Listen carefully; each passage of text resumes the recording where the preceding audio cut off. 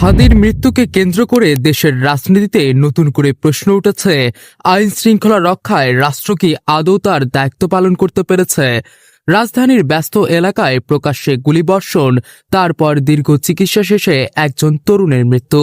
এই ঘটনা প্রবাহ সাধারণ মানুষের মনে গভীর অনিশ্চয়তা ও ক্ষোভের জন্ম দিয়েছে।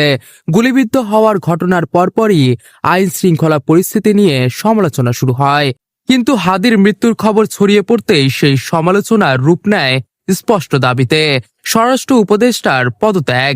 শিক্ষার্থী, নাগরিক সমাজ ও বিভিন্ন রাজনৈতিক সংগঠনের মতে নিরাপত্তা নিশ্চিত করতে ব্যর্থতার নৈতিক দায় এড়ানো সম্ভব নয়। বিক্ষোভকারীদের প্রশ্ন সরল, যদি প্রকাশ্য দিবালোকে একজন নাগরিক গুলিবিদ্ধ হন আর অপরাধীরা দীর্ঘ সময় ধরাছোঁয়ার বাইরে থাকে, তবে স্বরাষ্ট্র মন্ত্রণালয়ের দায়িত্ব কোথায়? এই প্রশ্ন থেকেই পদত্যাগের দাবি ক্রমশ জোরালো হচ্ছে।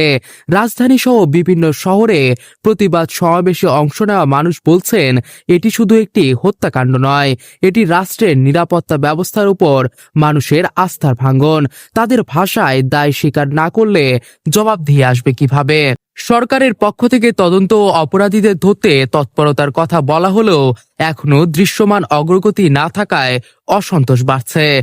স্বরাষ্ট্র উপদেষ্টার পদত্যাগের দাবি তাই এখন আর বিচ্ছিন্ন কোনো স্লোগান নয়, এটি রূপ নিচ্ছে বৃহত্তর রাজনৈতিক ও নৈতিক প্রশ্নে। হাদির মৃত্যু দেশের সামনে একটি কঠিন বাস্তবতা তুলে ধরেছে। নিরাপত্তা ব্যর্থ হলে শুধু একজন মানুষ নয়, ক্ষতিগ্রস্ত হয় রাষ্ট্রের বিশ্বাসযোগ্যতায়। এই পরিস্থিতিতে স্বরাষ্ট্র উপদেষ্টার পদত্যাগের দাবি আদৌ উপেক্ষা করা যাবে কিনা, সেটি এখন সময়ের সবচেয়ে বড় প্রশ্ন।